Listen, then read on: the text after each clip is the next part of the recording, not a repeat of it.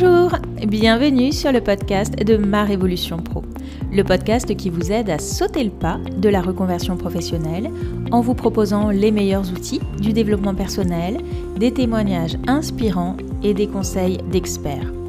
Je suis Clarence Mirkovic, psychopraticienne, coach professionnelle et consultante en bilan de compétences. Si vous êtes à la recherche de votre nouvelle voie professionnelle, je vous invite à télécharger gratuitement votre livret d'exercices pour vous poser les bonnes questions. Vous trouverez le lien dans la description de cet épisode. Je reçois aujourd'hui Myriam Draman, ancienne professeure de physique-chimie. Elle est à présent consultante et formatrice en orientation scolaire. Je vous souhaite une très belle écoute. Bonjour Myriam. Bonjour Clarence. Merci beaucoup d'avoir accepté mon invitation. Est-ce que tu peux nous présenter ton activité professionnelle aujourd'hui ? Bien sûr, avec plaisir. Aujourd'hui, je suis consultante, formatrice en orientation scolaire. Donc, ça signifie que j'ai deux casquettes. Je suis à la fois conseillère consultante en orientation scolaire. J'aide les jeunes de 14 à 25 ans à mieux se connaître pour bien choisir leurs études supérieures et aussi les domaines d'activité dans lesquels ils voudront travailler plus tard et où ils seront vraiment épanouis dans le domaine qu'ils auront choisi. Ça, c'est le premier pan de mon activité. Et depuis septembre 2021, j'ai une nouvelle casquette de formatrice pour adultes, puisque je forme également des personnes en reconversion ou en spécialisation au métier, à l'activité de conseiller en orientation scolaire indépendant. Super. Et comment t'en es arrivée à faire cette activité professionnelle ? J'ai un parcours qu'on appelle aujourd'hui atypique parce que voilà, je n'ai pas une carrière linéaire. J'ai effectué plusieurs activités professionnelles dans ma vie. Voilà, c'est de plus en plus courant, donc ça n'est plus vraiment atypique, mais voilà, c'est le terme qu'on aime bien employer, je sais. Donc, j'ai commencé ma carrière en tant qu'enseignante de physique-chimie. Très jeune, à 22 ans, j'avais eu mon CAPES à l'époque et j'ai enseigné pendant une dizaine d'années en France, en région parisienne, puis à Istanbul, où je suis arrivée il y a bientôt une petite vingtaine d'années maintenant, pour enseigner au lycée Galatasaray, qui est un lycée très connu ici en Turquie. Et voilà, donc au total, j'ai enseigné une dizaine d'années. Puis, j'ai eu deux petits garçons assez rapprochés. Donc, je me suis arrêtée pendant 3 ans pour mon congé parental. Et à l'époque, quand il a été question de reprendre le travail, il n'y avait pas de poste de professeur de physique-chimie au lycée français. Ça tombait bien parce que j'avais plutôt envie d'entreprendre à cette époque-là. La maternité avait éveillé quelque chose de nouveau chez moi. Et en cherchant, j'ai trouvé à l'époque que le petitjournal.com d'Istanbul recherchait un repreneur. Et ça n'a fait ni une ni deux dans mon esprit. Et j'ai sauté sur l'occasion et j'ai donc repris l'édition du petitjournal.com d'Istanbul que j'ai dirigée pendant 5 ans, n'ayant absolument aucune expérience de journaliste. Mais je me suis bien entourée. Voilà, ça a été ma chance, c'était de tomber sur une super rédactrice en chef, une journaliste, voilà, 2 métiers. Et à toutes les deux, pendant 5 ans, on a développé ce journal. Je dis ça parce que c'était ma petite entreprise, c'était ma première petite entreprise à l'époque. On vendait les espaces publicitaires sur le site aux annonceurs, on organisait des événements pour fédérer la communauté francophone. J'écrivais des articles, des interviews. Et j'ai attrapé à ce moment-là le virus de la communication, un autre monde pour moi qui était prof de physique-chimie. Et donc au bout de 5 ans, j'ai repris mes études. Je suis rentrée en France pour faire un master au CELSA de communication parce que j'avais qu'un rêve à cette époque-là, c'était de travailler dans la communication publique. Voilà, je voulais réintégrer la fonction publique, mais dans le domaine de la communication. Ça a marché, si on peut dire. Après 2 stages à la mairie de Paris et au Conseil d'État, j'ai eu un super poste à Voies navigables de France à Dijon à l'époque, où j'étais responsable de la com et des relations presse. J'y suis restée 1 an pour des raisons familiales et j'ai décidé de rentrer. En fait, je suis restée qu'1 an. J'aurais dû rester plus longtemps. mais j'ai préféré rentrer de manière assez brutale, hein, c'est vrai, c'était pas du tout prévu, mais voilà, on a eu un drame dans notre famille, ce qui a fait que j'ai préféré me recentrer autour de ma famille, parce que mon mari à l'époque faisait les allers-retours, voilà, France-Turquie, c'était assez compliqué, et donc je suis rentrée en Turquie en 2018, à l'été 2018, et là je me suis dit, bon, qu'est-ce que je vais faire? Il n'y a toujours pas de poste de professeur de physique-chimie au lycée français. Ça tombait bien. J'avais encore envie d'entreprendre. J'avais encore envie de travailler à mon compte, être mon propre patron. Je crois que ça, je commençais à comprendre que c'est ça qu'il me fallait comme environnement. Et j'ai commencé à m'intéresser au métier de coach. Voilà, j'ai commencé à m'intéresser au métier de coach. J'ai contacté de nombreux organismes. Mais la longueur des études, le fait d'avoir à rédiger un mémoire, pardon. Voilà, la tarification aussi assez élevée des études pour devenir coach, tout ça, ça m'a assez refroidi. Et de fil en aiguille, j'ai trouvé à l'époque le métier de conseiller en orientation scolaire que je ne connaissais pas du tout. Là, nous sommes fin 2018. Et pareil, après avoir contacté de quelques organismes qui ont pignon sur rue en France, j'ai choisi à l'époque de rejoindre Mentalo, qui est un des réseaux de conseillers en orientation scolaire. Et c'est ainsi que j'ai appris avec eux à réaliser des bilans d'orientation. Et je suis restée dans ce réseau pendant 2 ans. Et j'ai ensuite décidé de voler de mes propres ailes en janvier 2019. Voilà, donc j'ai quitté le réseau. Et depuis, je suis conseillère en orientation scolaire à mon compte. Donc, un parcours riche en rebondissements. Oui. Ouais. Quand tu passes de professeur de physique-chimie à responsable d'édition, donc quand tu passes de prof à responsable d'édition, qu'est-ce qui a motivé à ce moment-là ce choix? Donc, tu dis la maternité m'a donné envie d'être à mon compte. Alors, en fait, j'ai choisi ce métier à la base parce que je voulais voyager à travers le monde. Le métier d'enseignante? Oui, le métier d'enseignante, tout à fait. Moi-même, j'ai grandi à l'étranger, au Soudan, les 10 premières années. Puis bon, en Tunisie, c'est le pays de mon papa, mais voilà. Et après, j'ai étudié en France. Enfin voilà, j'ai quand même pas mal vécu à l'étranger. Et j'avais choisi ce métier de prof dans l'optique d'être expat à travers le monde, voilà, d'enseigner dans différents lycées du monde entier. Et Istanbul, pour moi, c'était une première étape à l'époque, quand je suis arrivée. Et en fait, voilà, je n'en suis jamais repartie puisque j'ai rencontré mon mari. Et donc, ce métier-là, je l'ai beaucoup aimé, enfin, surtout en Turquie, plus qu'en France, parce qu'en France, c'était difficile. J'étais dans une banlieue pas facile, hein, j'étais à Nanterre. C'était assez compliqué pour moi. Bon, j'arrivais à tenir mes classes, mais au prix de beaucoup de discipline et de fatigue nerveuse. Et donc, quand j'arrive en Turquie, c'est vrai que là, le métier, c'était un autre métier, c'était complètement différent. C'est vrai qu'en Turquie, les élèves respectent beaucoup les enseignants. Il faut imaginer ça, hein, ils font la queue en sortant de la classe pour vous remercier, un par un. Ah oui, c'est un autre monde. Oui, ah oui, c'est incroyable. Ils vous regardent comme si vous étiez la 8e merveille du monde. Hein. C'est l'enseignant, il est très, très respecté ici en Turquie. 40 élèves, on entend les mouches voler. Ouais. Il gobe vraiment tout ce que vous dites. C'était magnifique. Hein. C'était 5 années. Oui. Tout le monde va demander sa mutation en Turquie. À l'époque, en tout cas, puisque surtout que le lycée Galatasaray, c'est un lycée d'élite en Turquie. C'est-à-dire que c'est le lycée où il faut le plus de points pour rentrer, parce qu'il y a un concours à la fin du collège et les élèves, suivant leurs points, rentrent dans les plus grands lycées de Turquie. Et là, évidemment, on a la crème de la crème de toute la Turquie en termes de niveau d'élèves. Hein. Donc, on a des élèves qui sont très brillants et qui sont super motivés. Voilà. Donc, après ces 5 années d'enseignement, c'est vrai, bon, donc il y a mon congé maternité et moi, j'avais commencé à ressentir malgré tout une petite lassitude.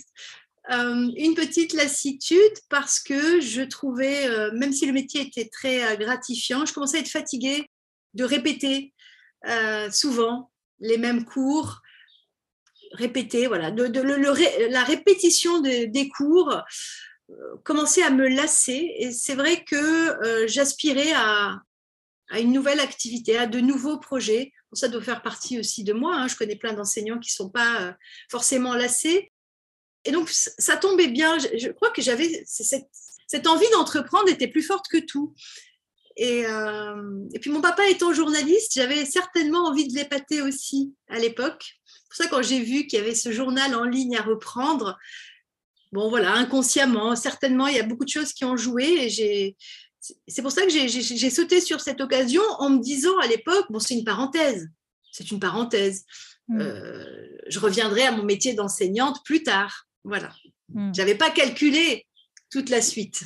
Et du coup, tu avais posé ta démission ou tu avais pris une disponibilité? Ah non, je suis toujours pas, j'ai pas démissionné de l'Éducation nationale, je suis en disponibilité et j'ai pris toutes les disponibilités possibles et imaginables. J'ai pris la disponibilité pour élever un enfant de moins de 8 ans, celle pour créer une entreprise, celle pour convenance personnelle. Et maintenant, j'ai la dernière disponibilité, c'est celle pour suivi de conjoint. Ça veut dire que tu envisages de retourner un jour enseigner ou que tu as besoin de ce filet de sécurité? Je n'envisage pas de réenseigner un jour. Je pense que j'ai plutôt besoin de ce filet de sécurité qui me rassure peut-être toujours en me disant qui sait, un jour, si je dois enseigner à nouveau parce que la vie aura été inattendue, eh bien j'aurai toujours, voilà, c'est plutôt ma sécurité, un poste qui m'attend. Oui, je comprends. Alors, quand tu as trouvé ce domaine du journalisme, ensuite la communication, tu es revenu en France au CELSA, est-ce qu'à ce moment-là, tu avais l'impression d'avoir trouvé ta voie, ou une nouvelle voie en tout cas? Comment tu voyais les choses? Bon, alors à cette époque-là, donc j'étais un peu plus jeune qu'aujourd'hui, j'avais une quarantaine d'années, je rêvais, j'idéalisais le monde de l'administration publique.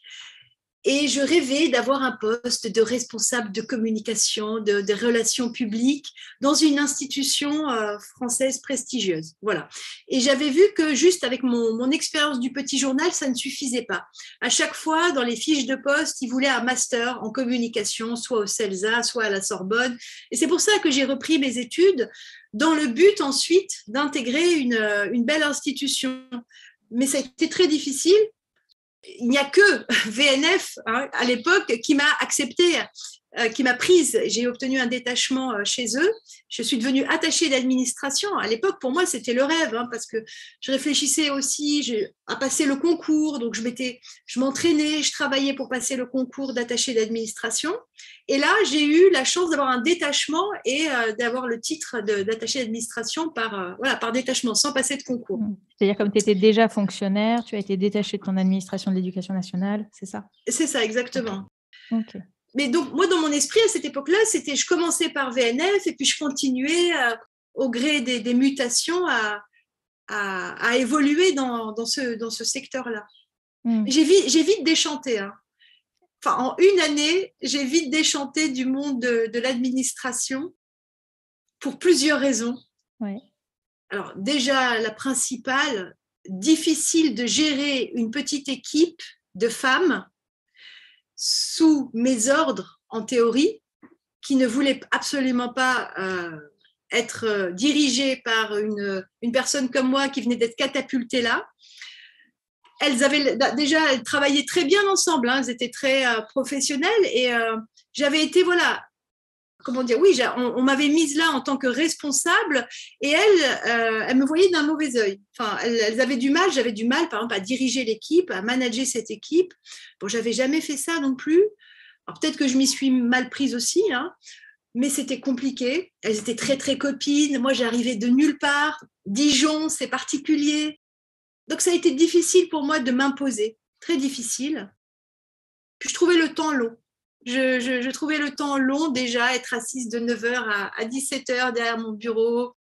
J'avais souvent fini assez vite ce que j'avais à faire. Enfin, après, voilà, j'étais pas non plus dans une institution parisienne, effervescente. Non, c'était assez calme, c'était la province.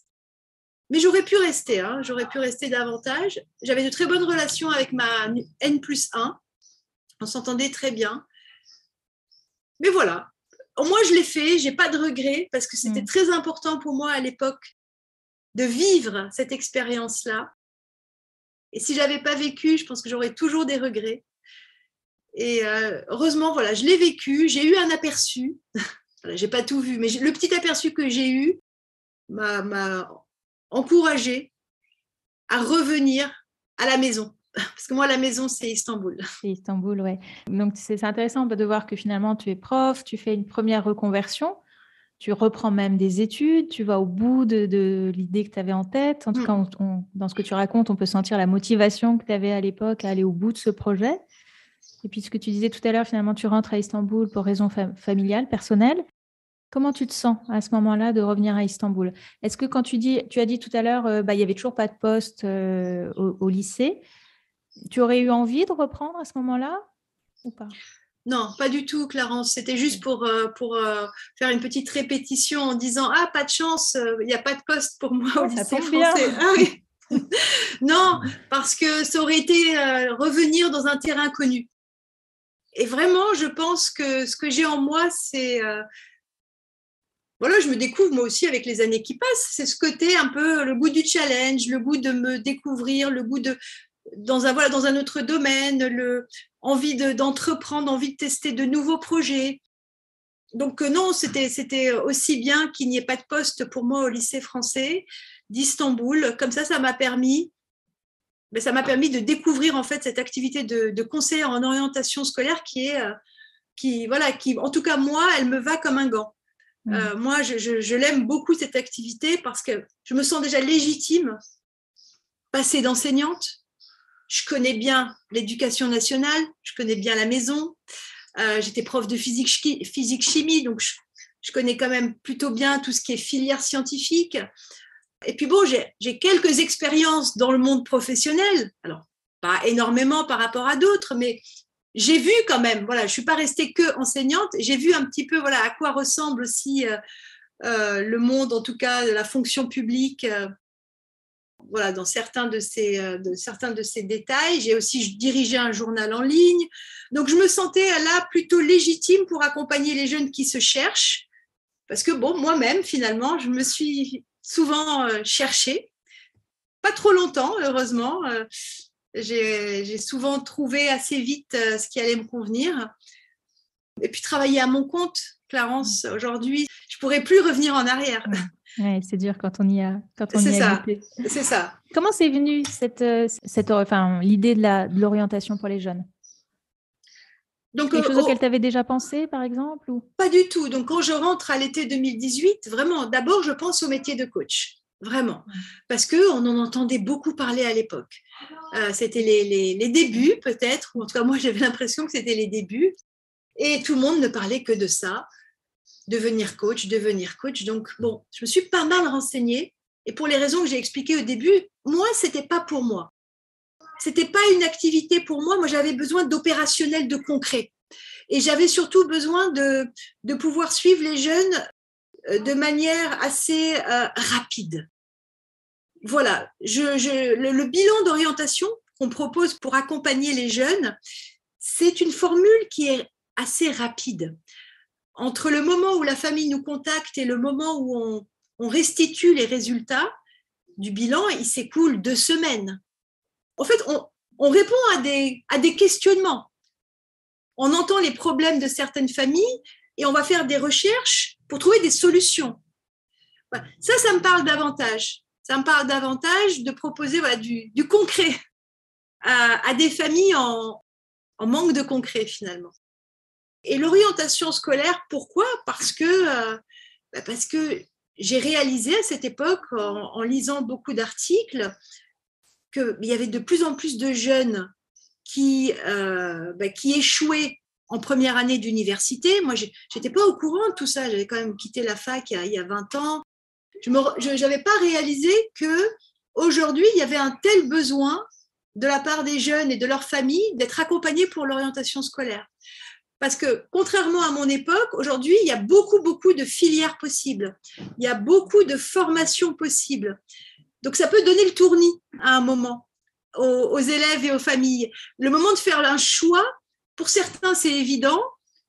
Et pour d'autres, voilà, choisir, c'est renoncer, hein, la phrase classique. Et j'avais encore un élève hier pour qui choisir, c'était terrible. Je lui ai proposé 3 voies et je lui ai dit, l'idéal, ce serait que tu en choisisses une. Alors, il en aimait deux. Et là, il se disait comment je vais faire pour en choisir une. Enfin, voilà, tout ça pour dire qu'il y a des jeunes qui ont du mal à choisir. Et nous, on arrive pour les aider à faire ces choix, pour les remotiver aussi, pour leur redonner confiance en leur disant oui, tu serais très très bon dans ce domaine-là et dans ce domaine-là et dans ce domaine-là. Alors vous imaginez, ils arrivent, ils n'ont pas du tout de projet et puis ils repartent avec 2-3 idées concrètes à creuser. Évidemment, le but c'est qu'ils aillent ensuite creuser, s'intéresser de plus près aux voies qu'on leur a proposées, mais ils ont du concret à l'issue du bilan. Et donc, moi, j'aime bien ce côté défricheur, en fait. On défriche pour eux. Ça, c'est ce que tu aimes le plus aujourd'hui dans ton métier ? Dans le métier de conseil en orientation scolaire, oui. Il y a d'autres choses qui te plaisent dans cette activité ? Moi, j'aime beaucoup le contact avec les jeunes, la jeune génération, les ados. J'en ai 2 à la maison, mais si j'ai choisi ce métier aussi à l'époque, c'est parce que j'étais à l'aise avec la jeune génération. Elle m'est très sympathique, elle m'est très... c'est assez naturel pour moi d'échanger avec elle. Voilà. Donc ça, oui, j'aime beaucoup avoir des jeunes en face de moi sur Zoom, et parce que je travaille essentiellement sur Zoom avec des élèves du monde entier. Donc ça, c'est des bons moments que je passe avec eux. C'est un des moments que je préfère dans le bilan d'orientation. Il y a des choses que tu aimes moins ? Oui, il y a des choses qu'aujourd'hui j'aime moins. C'est tout le côté rédactionnel, parce qu'avant une restitution à la famille, on doit évidemment préparer un PowerPoint, on doit préparer un rapport de synthèse d'une 20aine de pages, un PowerPoint avec une 20aine de slides, évidemment pour proposer nos réponses. Et donc, ce travail-là de rédaction, c'est ce que j'aime le moins, oui. Mais je suis obligée de le faire, mais c'est ce que j'aime le moins. Il n'y a pas de métier parfait. Non. Quelles sont les qualités nécessaires pour bien accompagner les jeunes ? Alors, les basiques, les classiques, les indispensables, une super empathie, une très grande bienveillance, une montagne d'écoute attentive, pas de jugement, objectivité. Voilà, on doit toujours rester objectif. L'idée, c'est qu'on va accompagner le jeune, on va lui proposer des idées de pistes concrètes, mais on doit rester objectif. C'est-à-dire, on ne doit pas lui vendre du rêve. Donc ça, c'est très important aussi. On n'est pas psychologue, évidemment. On n'a pas un master de psychologie, mais on doit avoir une certaine psychologie. C'est une certaine compréhension du jeune, une intuition. On doit savoir reconnaître certains signaux. Une certaine intelligence émotionnelle, je dirais. Mais ça se mesure pas tout ça. Mais on le sait soi-même si on possède ces qualités, je pense. En tout cas, pour les qualités humaines, c'est des indispensables. Et sur les compétences plus techniques, je pense notamment à une très grande connaissance du système éducatif, de Parcoursup, des écoles. Tout à fait. En fait, il y a 2 grands pans. Il faut être expert en tout ce qui est filière post-bac et également bien connaître le monde professionnel, bien connaître les différents secteurs professionnels, domaines d'activité, leurs caractéristiques à chacun, si ce sont des secteurs qui recrutent, si ce sont des secteurs en plein boom, connaître aussi les nouveaux métiers qui commencent à apparaître de plus en plus. Donc oui, parce que nous, on les aide à se projeter.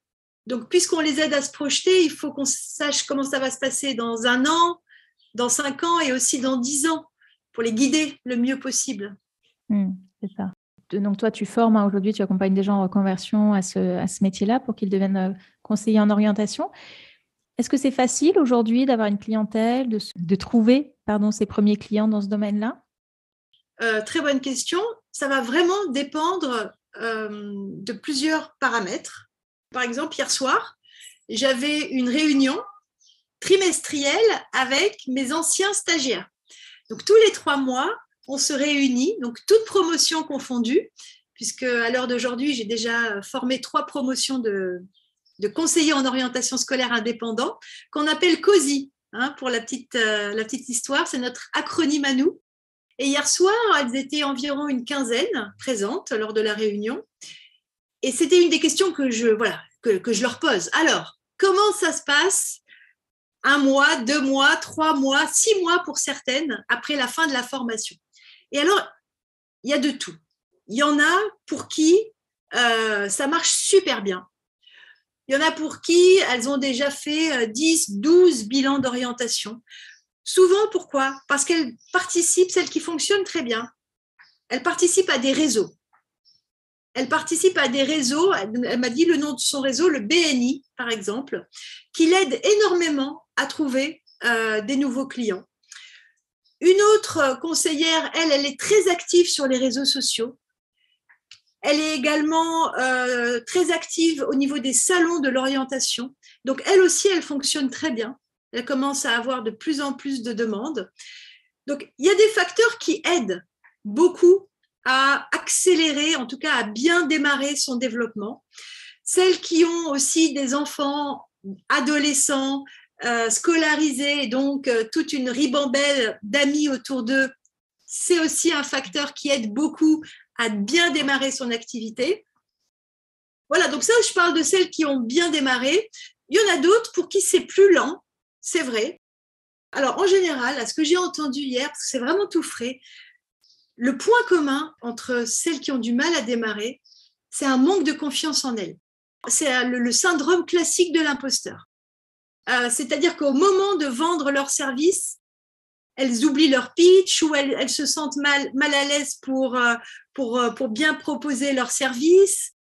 Elles ne veulent pas du tout s'exposer sur les réseaux. Alors, je ne dis pas que c'est le secret pour réussir, mais il y en a certaines qui veulent trouver, qui attendent presque que les clients tapent à la porte. Et moi, je leur ai dit, non, il faut vous faire accompagner alors. Il faut vous faire accompagner pour que vous gagniez en confiance en vous, pour que vous incarniez votre nouvelle activité.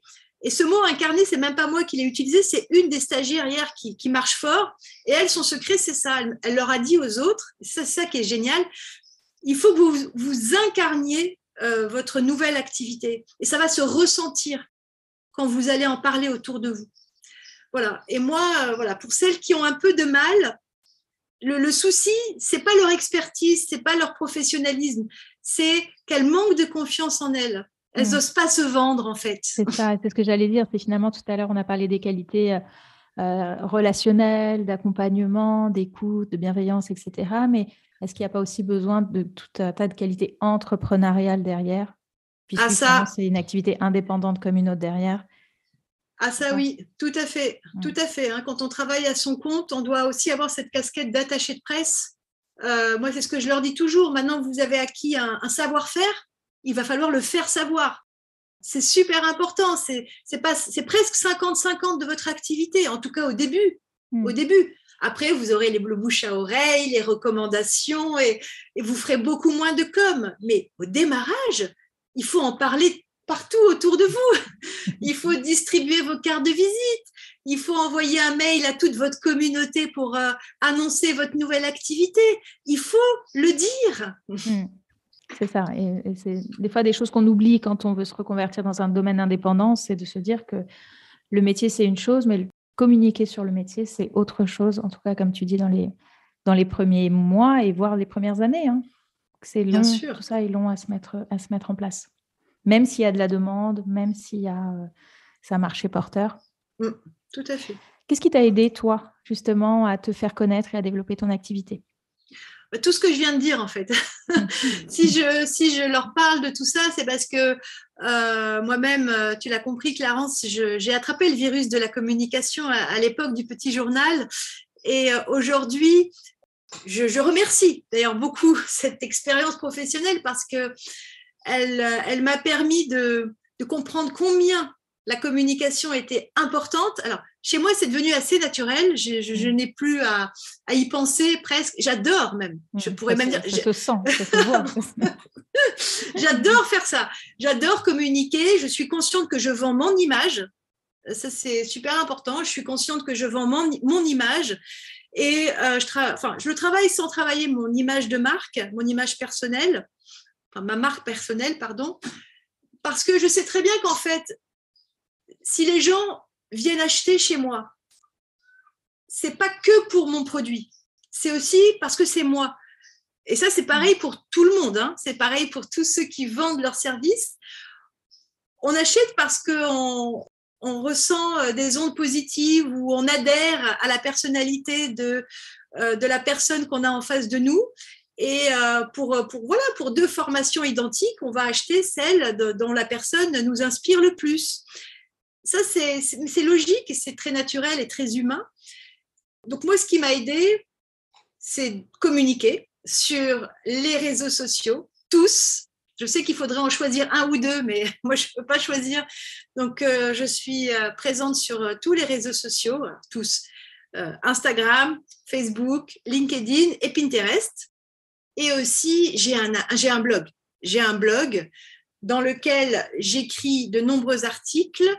Donc, ça fait maintenant 3 ans que je travaille à mon compte. J'ai écrit environ une 60aine d'articles, dont certains sont très bien référencés sur Google et qui m'amènent donc des clients du monde entier. Qu'est-ce que tu dis en regardant ton parcours aujourd'hui? Alors, je ne me pose pas trop ce genre de questions. Je suis plutôt du style à aller de l'avant qu'à me retourner sur mon passé. Il me ressemble bien. Il est un peu inattendu. Alors, surtout la dernière année. Alors, jamais j'aurais imaginé devenir formatrice pour adultes. Hein. Jamais. Parce que comme je l'ai dit en introduction, moi, je suis à l'aise avec les jeunes.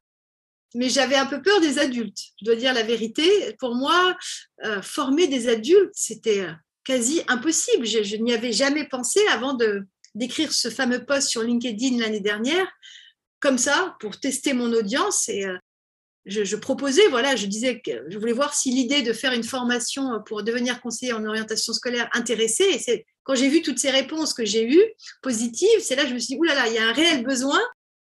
Donc, tu vas mettre ta peur de côté et tu vas foncer. Et puis, tu verras bien. Et depuis, en fait, je me suis découverte. Déjà, j'aime beaucoup, j'aime beaucoup parler à des adultes, à des femmes surtout, parce qu'il faut dire qu'il y a beaucoup plus de femmes que d'hommes. Je suis beaucoup plus à l'aise que je ne pensais. Hein, voilà, donc, je vois bien que j'ai des choses à partager. Leur confiance en moi m'a vraiment donné des ailes. Et c'est pour ça qu'aujourd'hui, je n'ai pas envie de m'arrêter sur mon élan. Quand je vois aussi tous les retours positifs, je me dis, oh là là, j'ai un impact dans leur vie au-delà de ce que je pouvais imaginer. Parce que tu sais, Clarence, quand tu suis cette formation et que qu'elle te donne des ailes ensuite et que ces femmes se reconvertissent dans une nouvelle activité et qu'elles sont contentes de leur nouvelle activité, moi, j'en ressens une très grande gratitude. Voilà. On parle souvent de mission de vie. Je pense que j'ai trouvé ma mission de vie. C'est chouette. Voilà. Une petite question, clin d'œil pour les profs, hein, dont j'ai fait partie aussi. Mais souvent, on peut entendre ceux qui ont fait 20 ans, parfois 30 ans de carrière, mais qui en ont assez, qui ont envie de changer, mais qui ont l'impression de rien savoir faire, de rien avoir appris presque, d'avoir aucune compétence, de se dire mais là, le monde du privé, c'est quelque chose qui est hors de portée. Qu'est-ce que tu leur dirais? C'est vrai que j'ai souvent entendu ce type de remarques de la part des enseignants qui veulent se reconvertir. En fait, on est beaucoup plus riche, riche de compétences qu'on pourrait bien le croire. Déjà, on a une compétence énorme, c'est la pédagogie. C'est-à-dire que moi, la remarque qui revient le plus de mes stagiaires, alors peut-être moi, mais quand même, je suis sûre que les enseignants en général ont acquis cette compétence, c'est structurer les cours. Structurer les cours pour qu'il y ait une suite logique dans les enseignements qu'on prodigue. C'est-à-dire, ça a l'air de rien, mais ce n'est pas évident pour tout le monde de construire des cours pour qu'ils soient bien assimilés en face. Et ça, quand on a été enseignant et qu'on veut ensuite se reconvertir et qu'on veut peut-être, qui sait, peut-être devenir formateur. Bon, moi, je parle parce que je suis devenue formatrice aussi. construire des cours qui vont être faciles à assimiler de l'autre côté et qui vont être aussi ludiques, interactifs, parce que faire des cours pour des adultes, c'est pas faire des cours pour des jeunes. Moi, je me suis fait accompagner l'été dernier par une ingénieure pédagogique spécialisée en andragogie, parce que je savais bien que je devais construire des cours qui soient adaptés à un public d'adultes. Et donc, j'ai appris à cette époque-là utiliser des jeux interactifs, mettre du rythme dans mes formations, créer de l'engagement. Bon, ça, je ne savais pas trop le faire, donc j'ai appris. Mais c'était quand même assez naturel chez moi et je pense que chez les enseignants, on a ce côté-là. Donc, on va savoir expliquer des notions compliquées de manière simple. Donc, déjà, pour moi, c'est une compétence super importante. Ensuite, peut-être l'expression. Il faut savoir, moi, j'étais une grande timide plus jeune. Les années d'enseignante m'ont permis d'être plus à l'aise dans l'expression orale. Parce que voilà, c'est comme tout, hein, plus on pratique, plus les mots viennent facilement. Bon, même si c'est jamais parfait, mais on est plus à l'aise en face d'un public.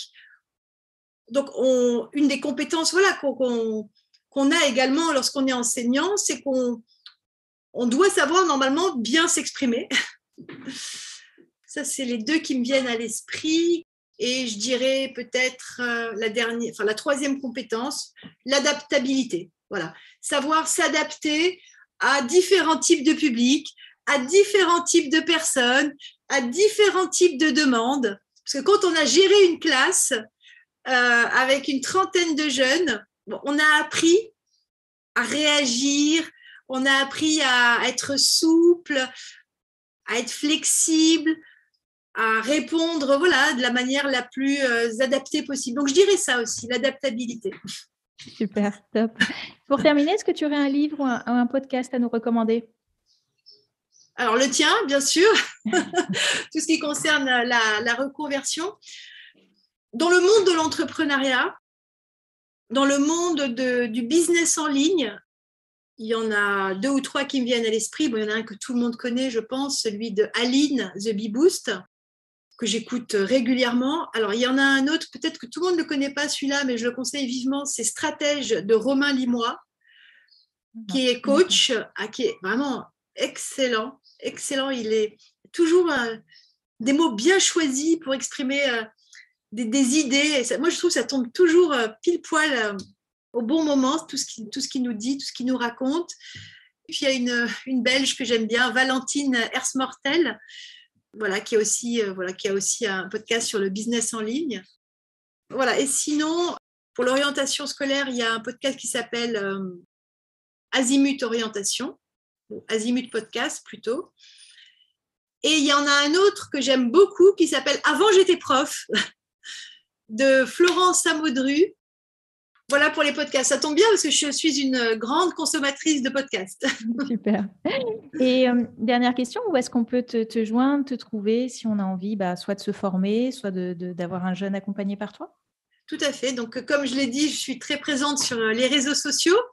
Donc, mon compte Instagram professionnel s'appelle Mon Orientation et moi. Donc, ça, c'est un des moyens les plus simples pour me contacter. Mais si les familles ou les parents ne sont pas sur Instagram, j'ai un site internet qui s'appelle meriemdraman.com et je suis aussi présente sur LinkedIn, par exemple, pour les personnes qui ont un compte professionnel sur cette plateforme. Les dates de tes prochaines formations ? Tout à fait, merci Clarence de le rappeler. Donc, ma prochaine promotion démarre début septembre.